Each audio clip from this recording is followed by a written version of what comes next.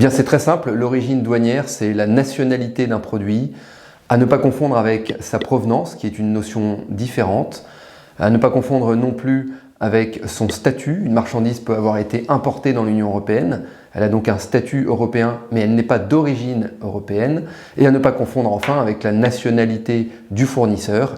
L'origine douanière d'un produit c'est donc son identité, sa nationalité dans le sens pays de production. L'origine douanière sert pour les deux aspects, à l'importation et à l'exportation. À l'importation, ça permet tout simplement de déterminer premièrement le niveau de droit de douane.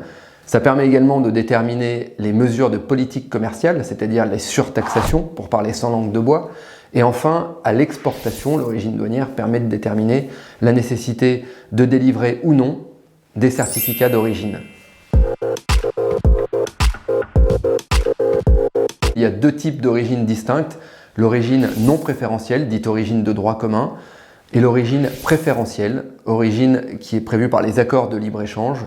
L'origine de droit commun, non préférentielle, c'est le made in, un taux de droit de douane commun. L'origine préférentielle, comme son nom l'indique, apporte une suspension, une réduction des droits de douane. Eh bien, pas tout à fait, c'est simple, lorsqu'il y a un seul pays de production, évidemment, ça sera le pays d'origine du produit, mais bien souvent, il y a plusieurs pays de production, dans le sens où chaque matière première a sa propre origine, et bien souvent, elles sont assemblées, ces matières premières, dans un autre pays. Il convient alors de déterminer quel est le pays qui emportera l'origine du produit fini. Un produit peut avoir une nouvelle origine si le code douanier du produit fini est différent de celui des matières premières, nouveau code douanier, nouveau produit et donc nouvelle origine. Ou bien la règle dite de la valeur ajoutée, on a rajouté suffisamment de valeur à un produit pour en changer l'origine.